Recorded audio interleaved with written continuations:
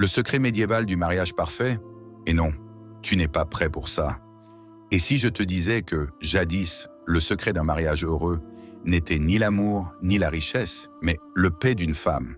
Oui, tu as bien entendu. Au Moyen-Âge, ce qu'on cache aujourd'hui par honte était autrefois un symbole de bénédiction divine. Les anciens disaient que le souffle d'une épouse avait le pouvoir d'éloigner la maladie, de chasser les esprits malveillants et même de protéger toute la maison contre la malchance. Les guérisseurs l'appelaient le souffle de la vertu, une force invisible, un souffle sacré venu du ciel, capable de purifier tout un foyer.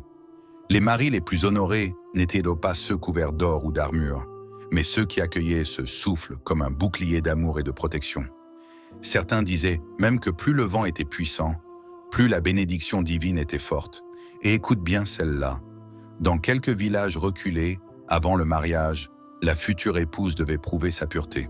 Mais pas avec un serment, ni une prière. Non.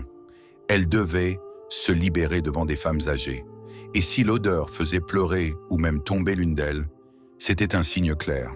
La mariée était bénie, prête à enfanter et à protéger son foyer. Mais si elle se retenait, par peur d'être jugée, on pensait qu'elle cachait un mal invisible dans son cœur.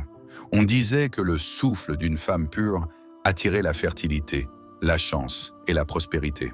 C'était une promesse céleste, une façon pour Dieu de dire « cette maison est protégée ». Aujourd'hui, tout ça nous fait rire.